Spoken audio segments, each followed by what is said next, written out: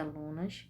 Sejam todos bem-vindos a mais uma aula de Geografia, com o livro do volume 3, capítulo 6, Dinâmica da Atmosfera e Espaço Geográfico, tá? Vamos lá. A página do livro de vocês, que nós vamos trabalhar hoje, será da página 8 até a página 13 do livro didático. Os exercícios, página 11 do livro didático. Para casa, página 6, 7 e 8 do livro de atividades.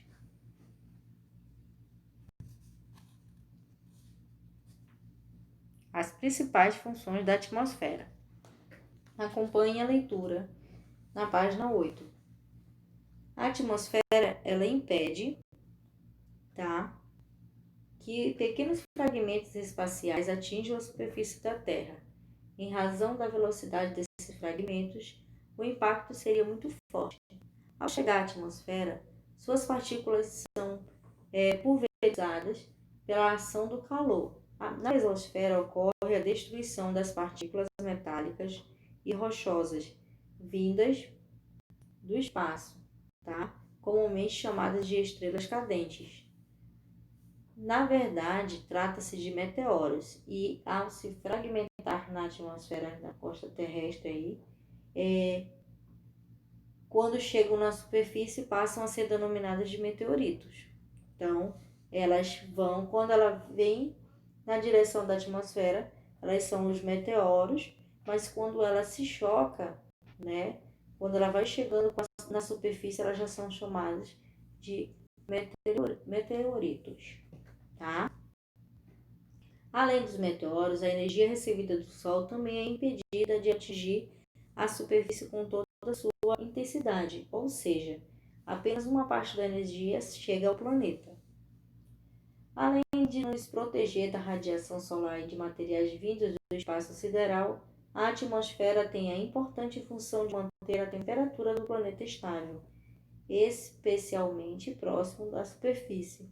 Nesse sentido, pode ser comparada aí com um manto protetor que infiltra a energia do Sol. Ela retém parte da energia recebida durante o dia, tá? Fazendo com que a amplitude térmica, né, que é a diferença entre a temperatura máxima e a temperatura mínima, durante o período de tempo, no caso um dia, seja tornável ou tolerável aos padrões humanos. Sem a dinâmica da atmosfera, não seria possível, né, que os dias seriam insuportáveis, tá? Por quê? Ninguém aguentaria se fosse todo o tempo muito frio, né? Então, há essa dinâmica, essa divisão, essa estabilidade aí, esse meio termo, tá? De calor e frio, tá? Não pode ser excessivamente calor e nem excessivamente frio. Sem a dinâmica da atmosfera, não somente os dias seriam insuportáveis e quentes, como as noites também seriam congelantes, né? O que tornaria muito mais difícil o desenvolvimento da vida. Na imagem à direita, vocês veem o momento em que vários meteoros são fragmentados, ou seja, são quebrados na mesosfera, tá, terrestre em dezembro de 2014.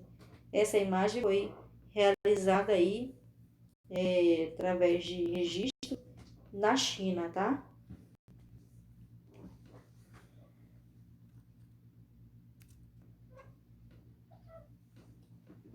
Aí nós temos duas imagens, uma da Praia Artificial de Brisbane, na Austrália, em 2016, e a Orla Marítima, né, do Rio de Janeiro, em 2013. Essa Orla Marítima, ela é naturalmente original aí, né, dessa área, sendo que houve a ação antrópica, ou seja, a ação do homem para se modificar aí a orla, ou seja, o redor aí, onde as pessoas caminham, fazem suas atividades e estão transitando pela praia. Já na praia artificial, é uma praia que foi colocada aí próximo da cidade para refrescar, né? Aí as pessoas, aí a população que estavam passando, né? Ou que moram aí próximo, ou que desejarem este local. Então, sendo como as pessoas se banhando em dias ensolarados em Brisbane, na Austrália, ou em passeios noturnos na orla pela Marítima do Rio de Janeiro, são somente possíveis por causa da presença da atmosfera terrestre, pois além de amenizar os efeitos dos raios solares, ela é que mantém a superfície aquecida. Quando não existe energia solar direta disponível, ou seja, à noite, tá? Ela vai estar mais aquecida.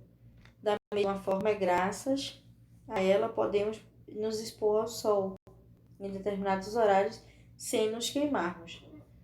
É sempre importante nos proteger dos raios solares, pois mesmo com proteção da atmosfera, eles podem fazer mal se nos expusermos em demasia ou em horários aí muito quentes, né? Então, das 6 da manhã até as 10, no máximo, você consegue se expor ao sol sem ter muitos danos, né? Que os raios solares aí, as incidências solares, elas não vão fazer muito mal para você. São o nosso sol da manhã, que é o sol recomendado aí para a questão da vitamina D. Então, e no final da tarde, né, a partir das 16 horas, vocês já podem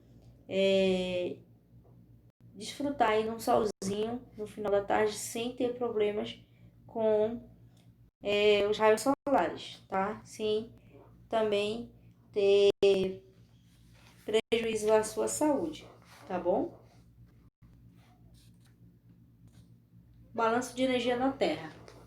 Do total da energia recebida do Sol, apenas pouco mais da metade de 51% chega à superfície terrestre e também a aquece.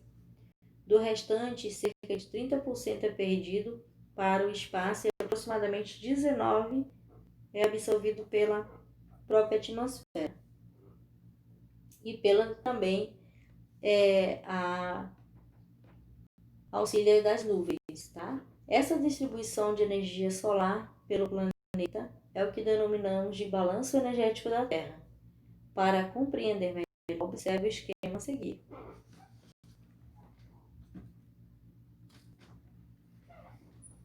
Então, no esquema a seguir, nós temos 30% da radiação solar é perdida para o espaço em reflexão e espelhamento, ou seja, quando a radiação reflete no solo, ela perde 30% da sua capacidade, 6% ela é espelhada para o espaço pela atmosfera, 20% é refletida pelas nuvens, 4% continentes e oceanos é refletida pela superfície. Então, nós temos a radiação solar, que é 100%, e ela também é dividida quando o Sol ele passa a fazer a disponibilizar os seus raios solares. 19% da radiação é absorvida pela atmosfera e pelas nuvens, tá? E aí, aqui embaixo, 25% da radiação chega diretamente à superfície da Terra. E do lado direito, apenas 26% da radiação é difundida, ou seja, espalhada para a superfície. Aí nós temos a presença de continente, o oceano.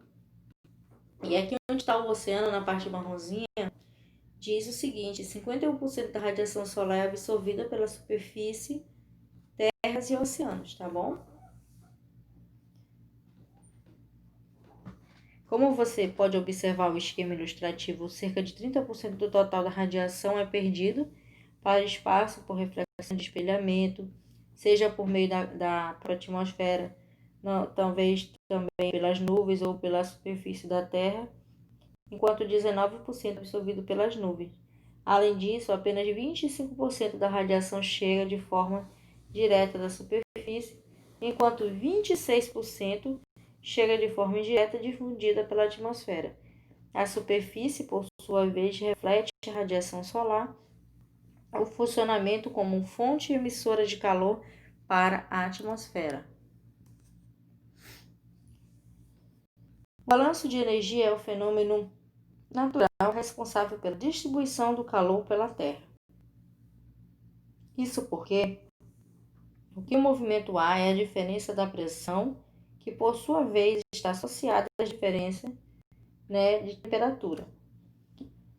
Além do calor recorrente, a grande quantidade de energia que se incide sobre a região equatorial, por exemplo, não fica restrito àquelas áreas. Pelo contrário, o aquecimento diferenciado da superfície produz ventos que fazem circular o calor pelas latitudes mais altas, ou seja, aquelas mais afastadas da linha do Equador. Não confundir aí com altitudes. Latitude é uma coisa, longitude é outra, e tem a altitude, tá?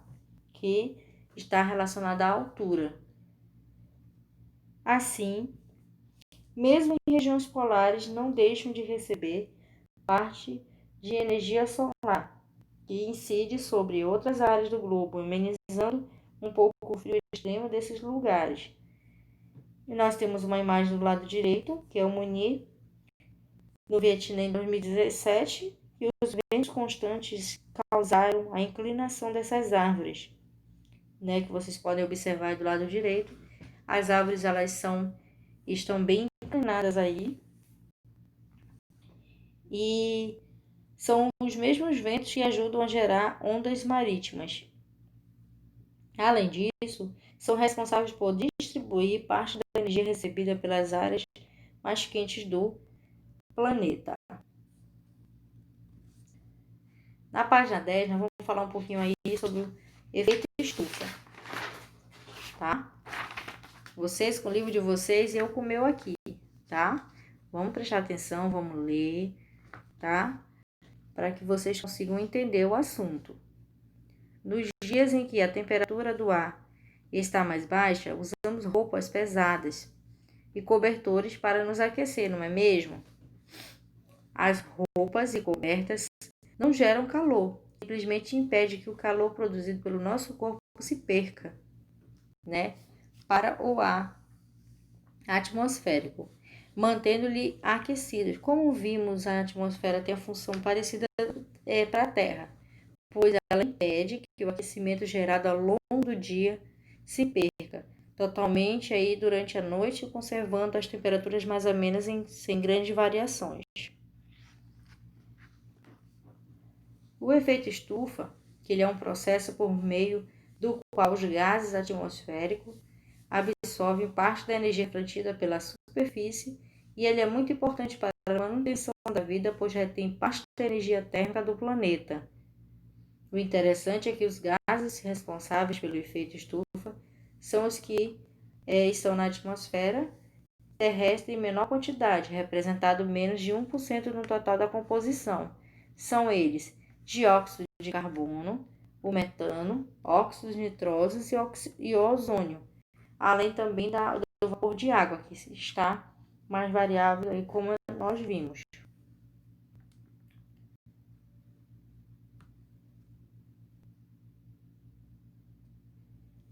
Nos últimos anos, o efeito estufa tem sido muito discutido pela comunidade científica, porque eles analisam essas mudanças que ocorrem no planeta, e muitos denominam o aquecimento global. Embora sejam fenômenos relacionados, não devemos confundi-los. Quando falamos de efeito estufa, estamos nos referindo, prestem bem atenção, ao fenômeno natural responsável por manter as temperaturas do planeta relativamente amenas, tá? Elas vão ser temperaturas suportáveis, temperaturas amenas, nem muito quente, nem muito frio, tá? São temperaturas favoráveis. Já quando o assunto são mudanças climáticas ou aquecimento global, geralmente estamos nos referindo a fenômenos que são intensificados ou alterados pela atividade humana. Quando o homem ele faz queimadas, ele está modificando o ar, né, daquela localidade ou daquele estado, né, aquela cidade. Ele está modificando aquele espaço, tá? Que antes tinha um clima, né? Ou antes tinha uma determinada característica, e aí ela foi se modificando.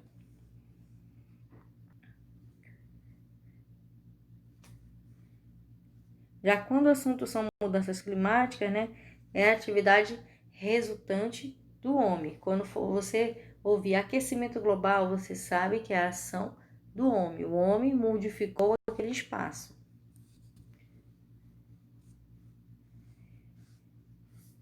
Estudos indicam que a temperatura do planeta tem aumentado nos últimos séculos, acompanhando a expansão de algumas atividades industriais, emissões de gases carbônicos pelas sociedades humanas.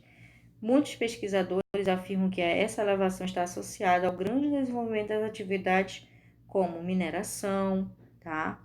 Indústria, pecuária, praticadas de forma intensa nos países ricos ou até industrializados, que consequentemente poluem mais.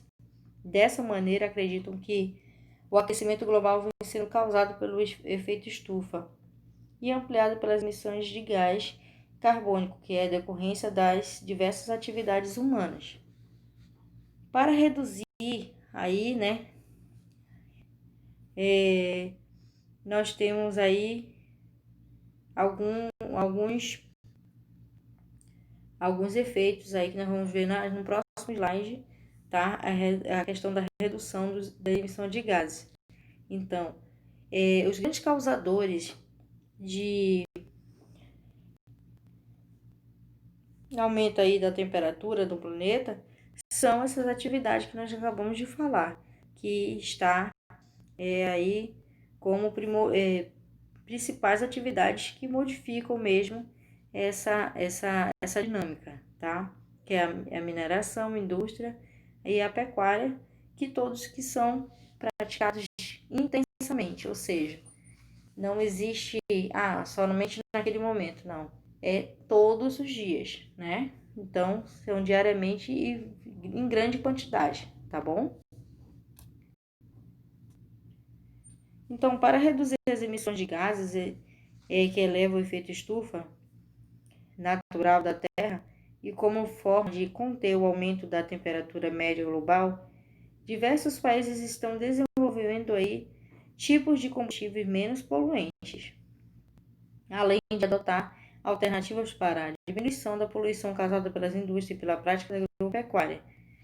Muitos acordos também têm sido assinados através de países que se comprometem a diminuir certas atividades ou até combater a questão do desmatamento das florestas, que contribui para aquecer o planeta, né? Então, quando você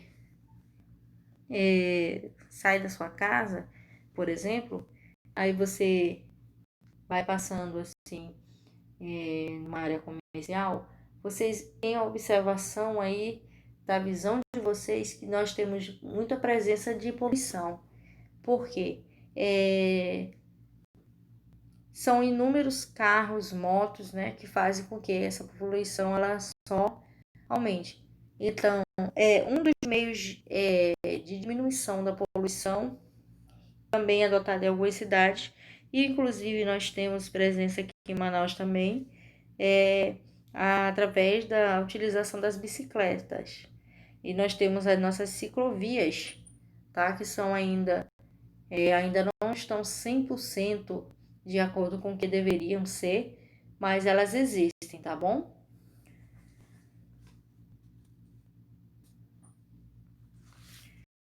Tempo atmosférico e clima. O tempo atmosférico, tá? E o clima. E são coisas diferentes, tá bom? A atmosfera e seus fenômenos estão presentes em todos os lugares. Nesse slide aí, nós estamos acompanhando aqui, eu aqui com o meu livro e vocês também, a página 12, tá? E influenciam diretamente no nosso comportamento. Nos últimos anos, informações sobre previsão de tempos estão disponíveis a todo momento através de jornais, televisão, rádio e diversas páginas da internet. Isso ajuda no planejamento de atividades, evitando possíveis transtornos e prejuízos, como ir à praia em um final de semana chuvoso. Mas você sabe qual é a diferença entre tempo atmosférico e clima, né? Nós vamos já falar sobre isso. Eu tenho certeza que vocês já assistiram programas que falam aí sobre previsão do tempo. A frase previsão do tempo é somente prever o que irá acontecer através de eu acho que eu olhei para o céu aqui e vai chover. Não é isso. A previsão do tempo, ela ocorre através de dados científicos e também com instrumentos de monitoramento para saber se realmente aquele dia vai fazer sol, chuva. Tem previsões do tempo que duram em torno aí de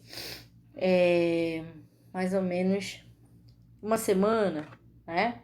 No final da semana. Então, eles estão fazendo uma previsão, ou seja, estão se prevenindo para casos que haja aquela situação, as pessoas já vão ficar atentas que pode ou não acontecer. Previsão não é certeza, tá?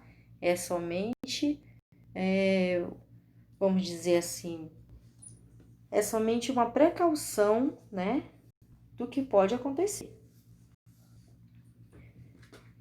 Diferença entre tempo atmosférico e clima. O comportamento da atmosfera pode ser percebido diariamente.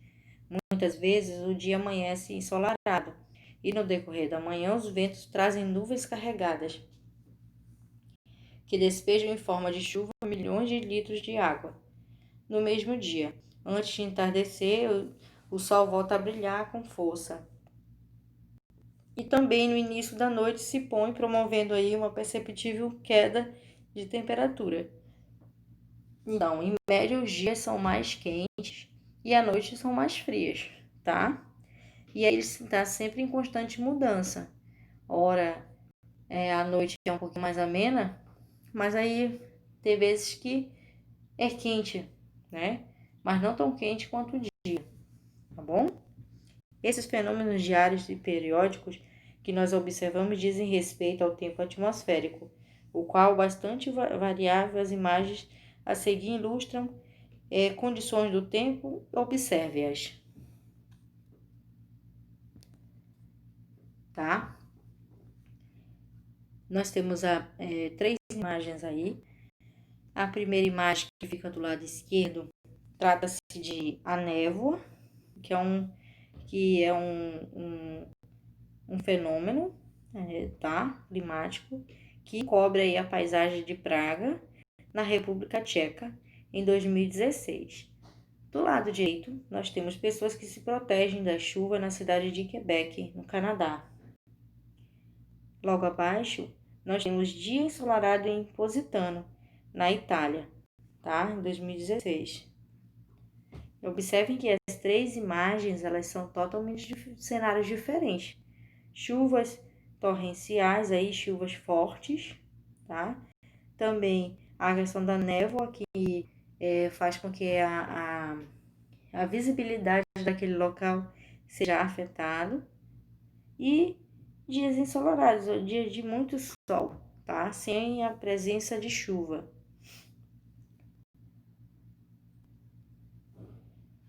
Para conhecer melhor o comportamento do tempo atmosférico, são realizadas observações sistemáticas durante longos períodos em diversas partes do mundo.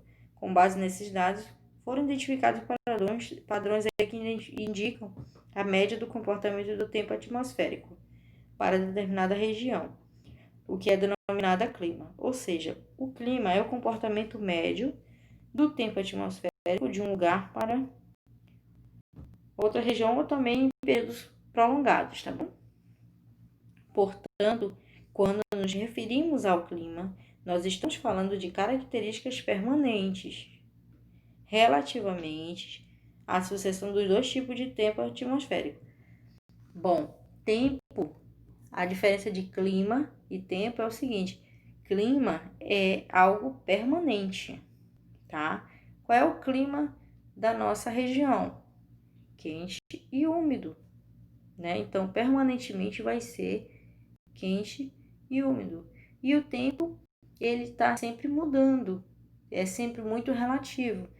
Ora faz calor, ora chove, ora é muito frio, ora tem névoa que encobre o céu, né? Toda a nossa cidade, em algumas localidades também. E às vezes acontece conosco também, tá? De ficar em neblina. Então, clima é determinado e o tempo ele vai se modificando ao longo do dia, da semana, de meses e até anos.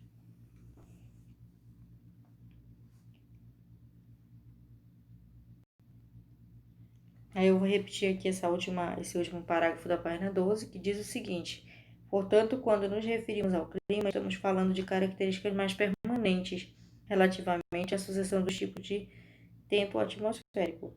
Também podemos mencionar o fato de uma região ser mais quente do que a outra. Existem regiões que são mais quentes do que a outra, ou até mais amenas, né, mais fria. Por exemplo, aqui em Manaus é bastante quente, né? Mas no sul, lá no Rio Grande do Sul, o clima já é mais ameno, né?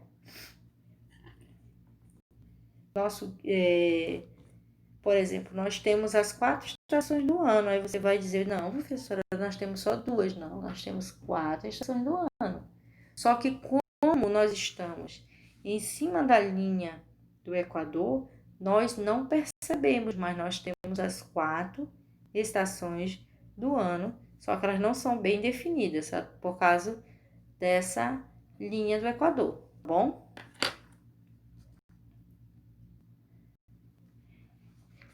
Nós temos um texto.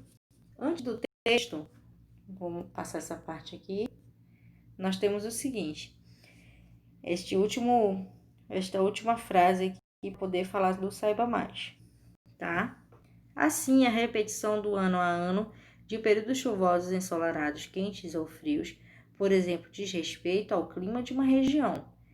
Esse é, portanto, o resultado dos padrões observados nas condições do tempo atmosférico. Leia o texto a seguir sobre essa diferença e a importância de compreendê-la. Por que nós devemos entender essas mudanças climáticas, né? Nós devemos entender realmente pelo que eu estava falando agora há pouco, que existe uma diferença entre tempo e clima. Tempo é mutável, ele está sempre modificando, e clima não. Clima é algo sólido, é algo que não modifica. Deixa eu ler uma parte aqui do texto, tá? Para que vocês entendam. Então, deixa eu ler o primeiro parágrafo aqui com vocês. Todo santo inverno é a mesma história. O sujeito precisa de 2 ou mais cobertores para se aquecer durante as noites paulistanas. E então tem a felicidade de ir passar o final de semana na Serra Catarinense. E vai postar nas redes sociais. Olha só que frio. Cadê o aquecimento global? Escreve ele na legenda da selfie, que tirou do lado do boneco de neve em São Joaquim, em Santa Catarina. Aí lá embaixo diz o seguinte, e é lógico, lá no último parágrafo, no último não, penúltimo, existem diversas outras variáveis de médio e longo prazo que bagunçam as nossas expectativas climáticas e normais. Temos o El Niño. O que é o El Niño? Ele é o aquecimento anormal da parte segundo o texto, né? Das águas do Oceano do Pacífico e outros fenômenos cíclicos. Existe, como eu estava falando outro dia com vocês sobre a questão da temperatura. Então, o El Niño ele vem para aquecer, né, as águas do Pacífico, fazendo com que se modifique a dinâmica do processo da terra, tá? Tanto na questão da produção agrícola, a prática do solo também, tudo isso é bem mais afetado. Outros fenômenos cíclicos que na escala dos anos afetam a temperatura e o regime das chuvas, temos aí variações mais sutis, na energia que vem do Sol, na poeira que os vulcões lançam na atmosfera de vez em quando, e a lista não acaba, né? Então, gente, vai sempre se modificando, né? E aí, se vocês tiverem curiosidade de ler esse texto totalmente, que eu só fiz ver algumas partes com vocês, tá? Mas vocês realizem as atividades, enviem fotos para mim, por gentileza, porque eu vou estar corrigindo aqui. Qualquer dúvida que vocês tenham, eu estarei no privado para ajudá-los, tá bom? Estamos com saudades, em breve estaremos todos juntos reunidos novamente, tá bom? Obrigada pela atenção, bons estudos.